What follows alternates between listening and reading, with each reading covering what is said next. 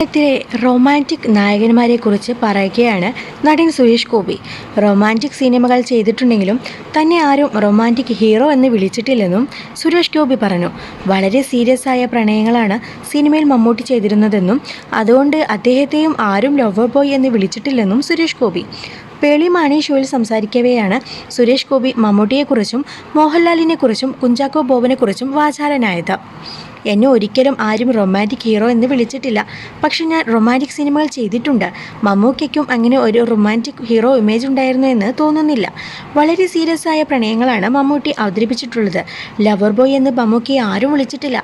പക്ഷേ പിന്നിലാവ് എന്ന സിനിമയിലൊക്കെ തല കുത്തിമറിഞ്ഞ് പെണ്ണിനെ ഇംപ്രസ് ചെയ്യാൻ വേണ്ടിയുള്ള വിദ്യകൾ കാണിക്കുന്ന കഥാപാത്രങ്ങളും മമ്മൂട്ടി ചെയ്തിട്ടുണ്ട്. മോഹൻലാലിൻ്റെ റൊമാൻസിന് ആരാധകർ ഏറെയാണ്. പിന്നെ ചാക്കോച്ചനും അങ്ങനെ ഒരു ഇമേജ് ഉണ്ട്, സുരേഷ് ഗോപി പറഞ്ഞു. പ്രവീൺ നാരായണൻ്റെ സംവിധാനത്തിൽ ഒരുങ്ങുന്ന JSK ഇന്ന് സുരേഷ് ഗോപിയുടേതായി പുറത്തിറങ്ങിയിട്ടുള്ള സിനിമ. അനുപമ പരമേശ്വരനും മുഖ്യ വേഷത്തിലെത്തുന്ന കോർട്ട്റൂം ത്രില്ലർ ചിത്രത്തിൻ്റെ റിലീസ് അനുമതി സെൻസർ ബോർഡ് നിഷേധിച്ചു.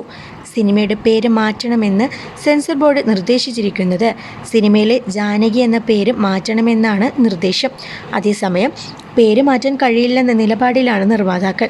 ഇതോടെയാണ് സെൻസർ ബോർഡ് പ്രദർശനാനുമതി നൽകിയില്ലെന്ന തീരുമാനത്തിലെത്തിയത്. ജൂൺ 27 സിനിമയുടെ വേൾഡ് വൈഡ് റിലീസ് തീരുമാനിച്ചിരുന്നത്. അതേസമയം ചിത്രത്തിൻ്റെ സർട്ടിഫിക്കേഷൻ നേരത്തെ പൂർത്തിയായിരുന്നു.